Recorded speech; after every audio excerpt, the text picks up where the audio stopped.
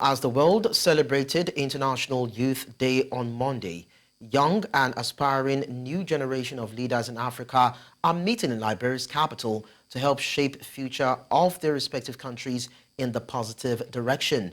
During the opening session of the event, Secretary Program Officer, Democracy and Human Rights, Nikolina Stalhand, noted that it's in order for democratic developments to advance, and it takes more than just laws, regulations, and elections. U.S. Ambassador to Liberia, Mark Toner, in his opening statement, encouraged the young aspiring leaders to seize the opportunity to hone and better their leadership abilities. Joining us now to speak more on this is the Special Assistant to the Delta State Governor on Student Affairs, Obaro Egagifo. Thank you so much, Mr. Egagifo, for joining us on the news. Thank you very much for having me. So let's start this way. How does the meeting plan to actually address the need for capacity building and skill development among young leaders in various sectors? Oh, yes. First, I want to commend you for having me this evening. For me, it's a pleasure to share my thoughts and views, particularly as it relates to this year, World Day on International Youth. The program, it has been held. This is our second day. The opening ceremony was yesterday. This is our second day. The program is that's impactful. It's a developmental program, a program that has to do with enhancing youth leadership and their skills for national and continental development. I can assure you that it's a program that has been going on for quite some time now. This is cohort 11 from what we have seen, and we as participants of cohort 11, it has been a very life-transforming journey, I must say. Program continue. I must commend the organizer, which is the young political school Africa, which is organizing this program along with their other developmental partners. So I'm looking at some discussions from that particular meeting. What strategies were actually proposed for enhancing collaboration and networking among young leaders across different African countries?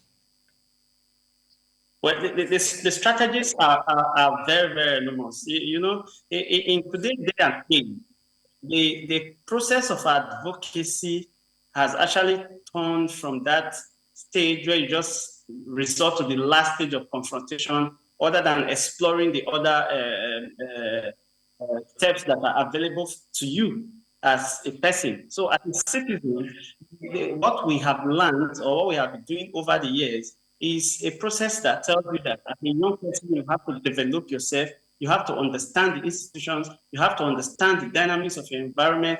And again, most importantly that we have added, emotional intelligence as a young leader is very, very, very important. And it's key to whatever we are doing.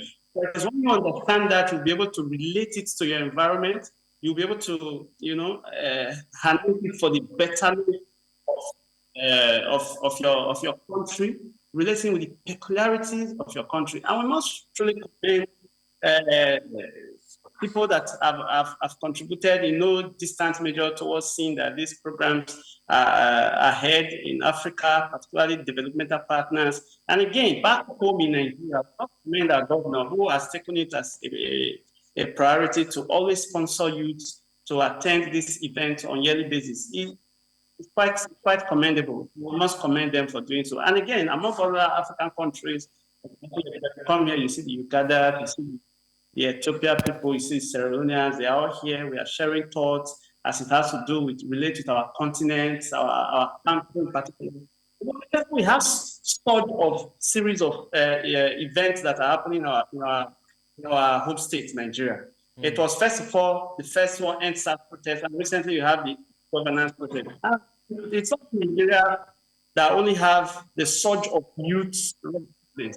So it's something that calls for some sort of attention to be given to this demographic, so that you can't just, you understand them. But you can't just tell me that you have a situation whereby you have paranoias in society for just for nothing.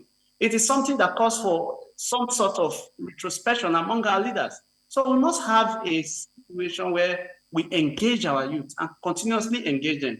And that's why I said that we must commend those that have made sure that this kind of developmental are possible vis-a-vis developmental partners, and particularly I must commend my principal, His Excellency, the Right Honorable Sheriff Obaro, for the youth, sponsoring youth to attend this program. Yeah, I'm actually glad that you talked about the protests that happened in Nigeria a couple of days back. And of course, we had protests in other African countries. And that would actually show how active African youths are when it comes to governance and politics in their various domains. And you'd also look at the reaction of governors and of presidents to these kind of movements by these youths. Aside leadership, are there other challenges that you can identify that may be affecting or impacting youth leadership in Africa negatively? And probably there are solutions to overcoming these challenges. Yes, you see, they are. If you look at the program today, actually, they talked about the ease of the ease about development in our various states. Particularly, we're talking about Nigeria, talking about Ghana, talking about Liberia, talking about Sierra Leone, and you see that there is an underlying threat among all of them. And one that is prevalent is the issue of education and the issue of unemployment.